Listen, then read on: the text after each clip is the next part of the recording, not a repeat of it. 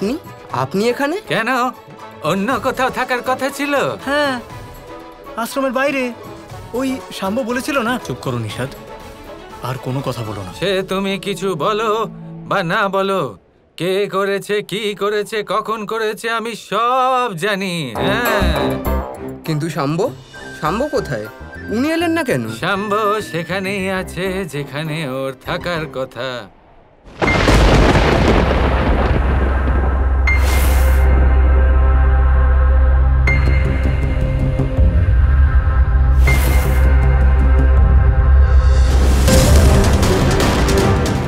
কেমন স্থান?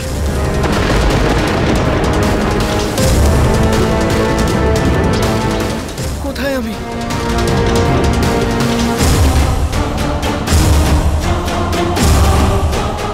আমি শ্বাস কেন নিতে পারছি না?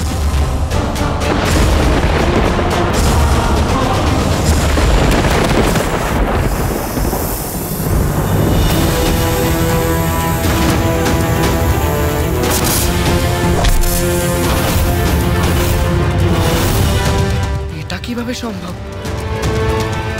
এটা তো সেই সাপটাই। না,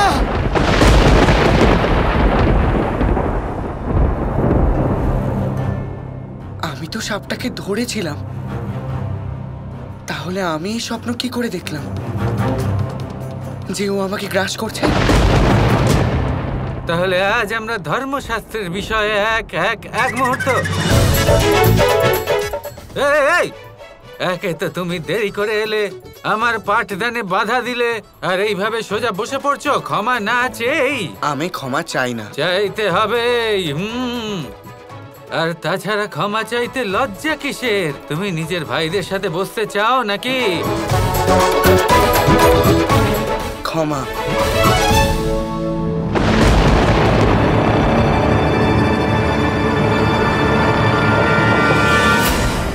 এত দেরি হলো কি করে? কি হয়েছিল? নাকি রাতে ঘুম হয়নি, খিদে পেয়েছিল নাকি খিদে পাইনি, নাকি ভয়ানক স্বপ্ন দেখেছিলে?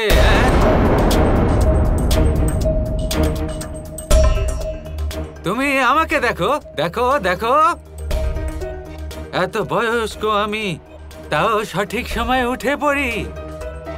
তুমি জানো কি, আমি রাতে সাপের হিস হিস আওয়াজ শুনতে পাচ্ছিলাম, কিন্তু সেটাও আমার ছড়া মনে হলো, তাই ঘুমিয়ে পড়লাম। তবে সঠিক সময় এসেছো, খাবার খেতে এসেছো নিশ্চয়ই। শিক্ষা লাভ তো হবে না?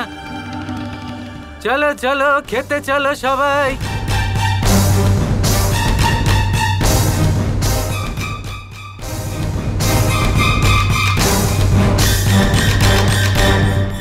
আমি আপনাকে সাবধান করছি, অচ্যুতার থেকে দূরে থাকবেন। ওকে যেমন দেখতে না তেমন নয়।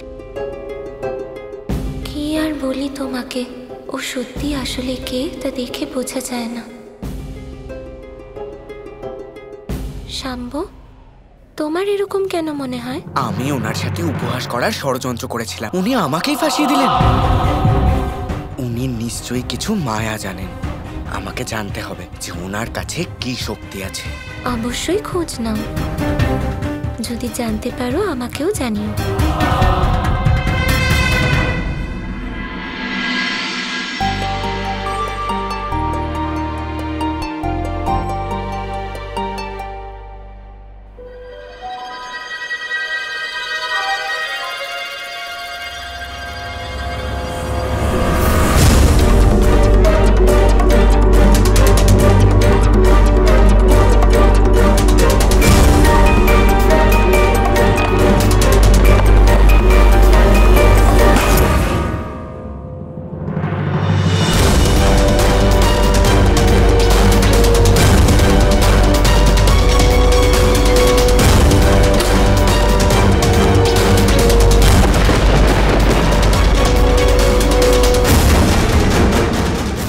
আমার পিছনে কি করে আসলেন?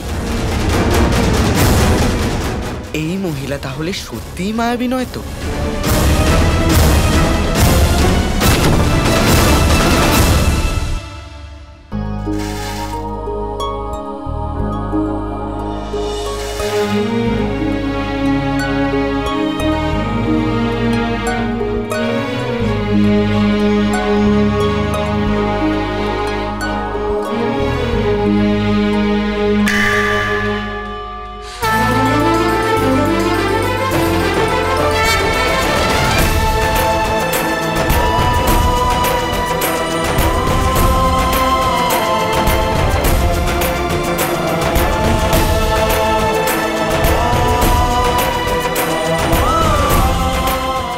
এ কি রাধা, আজ তোমার কেশ এত এলোমেলো হয়ে আছে কেন?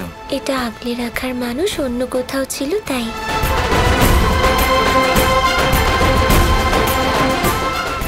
ঠিক আছে, চলো আজ তোমার কেশ বেঁধে দিই।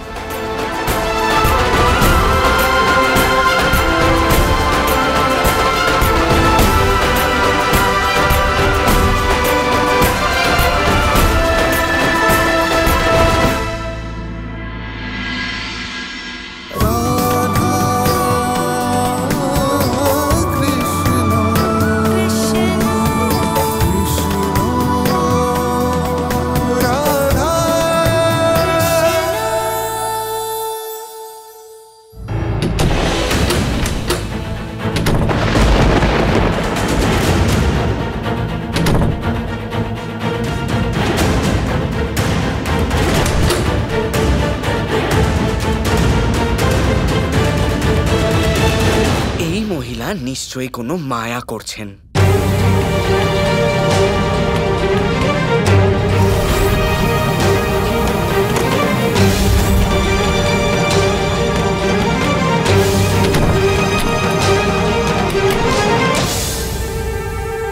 এই উদ্ধত বালক, এখানে কেন এসেছো তুমি? আপনার কি? আমি রাধার কাছে এসেছি। এসো শাম্ভু, দেখো ইনি কি সুন্দর আমার কেশ সজ্জা করেছেন, একদম কৃষ্ণের পছন্দের মতো। তা নয় তো কি, কৃষ্ণ শুধু তোমার মনেই নেই, আমারও মনে বিরাজমান। কৃষ্ণ কৃষ্ণ, আমার কৃষ্ণ কৃষ্ণ। ব্যাস, যদি হয়ে গিয়ে থাকে তাহলে যান। আরে কোথায় আর হয়ে গেছে, এখনো তো কিছু কাজ বাকি আছে। শাম্ভু, তুমি শুধু ধর্মই না, আরো অনেক কিছু শিখতে পারো ওনার থেকে। আমি কিচ্ছু শিখতে চাই না, আমি শুধু এইটুকু বলতে এসেছি যে এই মহিলা আমাকে বোকা বানাতে পারবে না। আমি জানি কাল রাতে আমার সাথে যা হয়েছিল তার পিছনে ইনি আছেন। কাল রাতে তো আমি শান্তির ঘুম ঘুমোচ্ছিলাম, আমি কি করে কিছু করব? কিন্তু কাল রাত্রে কি হয়েছিল সেটা তো তুমি আমাকে বলোইনি শাম্ভু।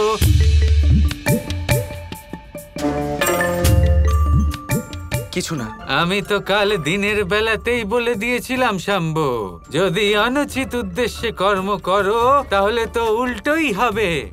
দিনের বেলা অনুচিত কাজ করলে রাতে ফেঁসে যাবে, রাতে অনুচিত কাজ করলে দিনে ফেঁসে যাবে। যেমন কর্ম করবে তেমনই তার ফল পাবে।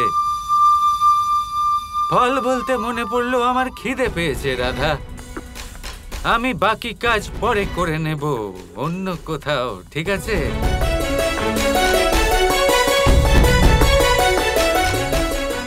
আজীবন শুধু ক্রোধ আর ক্রোধ, ধরো তো, আজীবন শুধু ক্রোধ।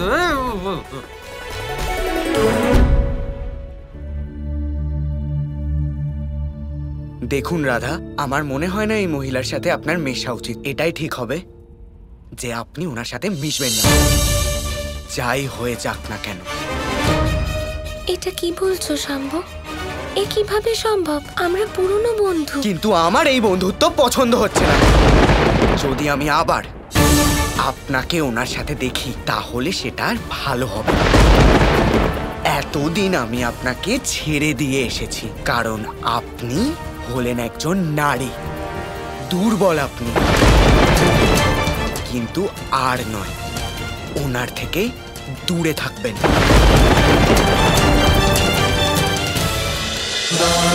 Krishna Krishna Krishna Krishna